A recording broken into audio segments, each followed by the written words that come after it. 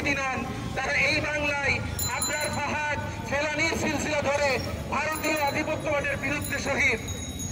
সুতরাং এই নতুন বাংলাদেশে আমরা কোন ভারত তো দূরের কথা, পৃথিবীর কোন রাষ্ট্রের আধিপত্যবাদ আর আমরা মেনে নিতে পারবো না।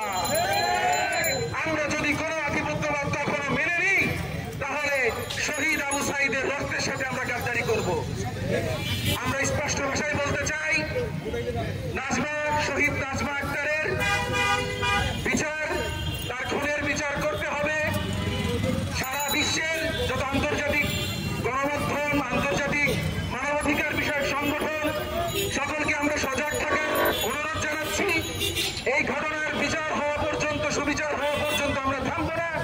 একই সাথে গত 54 বছরে বাংলাদেশের যত মানুষ এই ভারতীয় আধিপত্যবাদের শিকার হয়ে মৃত্যুবরণ করেছেন, ভিকটিম হয়েছেন, তাদের সকলের সুবিচার নিশ্চিত করা পর্যন্ত আমরা রাজপথ ছেড়ে যাব না। কর্মকাণ্ড হিসেবে প্রতিহত করার চেষ্টা করা হয়েছে, মানবতার অবলম্বন ঘটনা হয়েছে। এইভাবে ক্রমাগত ভারত আন্তর্জাতিক মহলে এবং তাদের নিজেদের দেশে বাংলাদেশিদের বিরুদ্ধে ঘৃণা উৎপাদন করেছে। আজকে অত্যন্ত দুঃখ ভারাক্রান্ত হৃদয়ে আমরা সেটার ফলাফল প্রত্যক্ষ করছি। আমরা দেখতে পেয়েছি আমাদের বোন নাজমা অত্যন্ত হৃদয় বিদারক ঘটনা, নৃশংসভাবে তাকে ধর্ষণ করে বেঙ্গালুরুতে হত্যা করা হয়েছে। আমরা মনে করি গত কয়েক মাসে বাংলাদেশের বিরুদ্ধে যে জঘন্য প্রোপাগান্ডা ক্যাম্পেইন চালানো হয়েছে, এই ঘটনাটি তারই ফলাফল। আমরা বলতে চাই, ভারতের বর্তমান শাসক গোষ্ঠী, কায়েমি স্বার্থান্বেষী এলিট মহল, তারা মানবতা বিরোধী, তারা নারী বিরোধী, তারা উগ্র জাতীয়তাবাদী। বরঞ্চ বাংলাদেশের জনগণ উদার, বাংলাদেশের জনগণ মানবতায় বিশ্বাস করে, বাংলাদেশের জনগণ মানুষের নারীদের অধিকারে বিশ্বাস করে, বাংলাদেশের মানুষ সেটা প্রমাণ রেখেছে। ভারতে আগস্টে মৌমিতার ধর্ষণের পরে বাংলাদেশের মানুষ 5ই আগস্টের অভ্যুত্থানের পরে যখন ভারতীয় আধিপত্যবাদকে আমরা সাম্প্রতিক সময় উৎখাত করেছি, তারপরে বাংলাদেশের মানুষ মৌমিতার পক্ষে রাস্তায় দাঁড়িয়েছে। সারা দেশে বাংলার ছাত্র জনতা দাঁড়িয়েছে। বাংলার ছাত্র জনতা প্রমাণ করেছে বাংলাদেশের গণ অভ্যুত্থান ছিল মানবতার পক্ষের গণ অভ্যুত্থান, একটি জনগণতান্ত্রিক গণ অভ্যুত্থান, যে কোনো উগ্র জাতীয়তাবাদের বিপক্ষে, যে কোনো উগ্র মানসিকতার বিপক্ষে বাংলাদেশের গণ অভ্যুত্থান হয়েছে। আজকে ভারতের স্বার্থান্বেষী গোষ্ঠী তাদের দেশে কাউকে নিরাপত্তা দিতে পারে না। ভারতের জনগণকে বলবো, আপনাদের সাথে আমাদের শত্রুতা নাই। আপনাদের সরকারের আধিপত্যবাদী মনোভাব, আপনাদের সরকারের আগ্রাসী পররাষ্ট্রনীতি আমরা বারবার নিন্দা জানিয়ে এসেছি। আমাদের বোন ফেলানি থেকে শুরু করে এখনো সীমান্তে গণহত্যা চলছে, সীমান্তে হত্যা চলছে, গুলি করে আমাদের ভাই বোনদেরকে মেরে ফেলা হচ্ছে।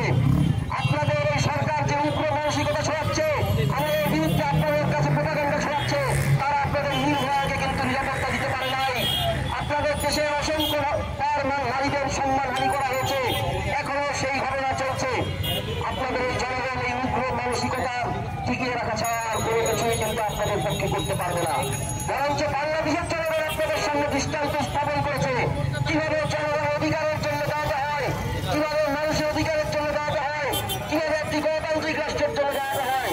তাই নিজেদের দেশের নিরাপত্তা নিশ্চিত করতে, নিজেদের মানবিক অধিকার নিশ্চিত করতে, নিজেদের ধর্মীয় সংখ্যালঘুদের অধিকার নিশ্চিত করতে, নিজেদের দেশে গণতন্ত্র নিশ্চিত করতে বাংলাদেশের ছাত্র জনতাকে উদাহরণ হিসেবে নিজেদের সামনে রাখুন। আমাদেরকে শত্রুদান করবেন না, আমাদের সাথে শত্রুতা করবেন না।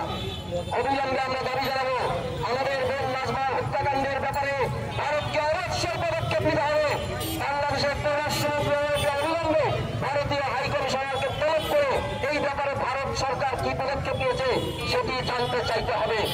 আমরা তীক্ষ্ণ নজর রাখছি, 5ই আগস্ট পরবর্তী সময়ে বাংলাদেশে কোনো প্রকার গতজালের পররাষ্ট্রনীতি চলবে না। আমরা আমাদের লড়াই চালিয়ে যাব। আমাদের শহীদের তালিকা বড় হচ্ছে, হয়তো আরো বড় হবে, কিন্তু আমরা থামব না যতদিন না পর্যন্ত আত্মমর্যাদা সম্পন্ন একটি বাংলাদেশ, সমৃদ্ধশালী বাংলাদেশ মাথা উঁচু করে পৃথিবীর মুখে দাঁড়াতে পারবে। বাংলাদেশের প্রতিটি নাগরিক বিশ্বের যেখানে থাকুক না কেন তার নিরাপত্তা নিশ্চিত হবে।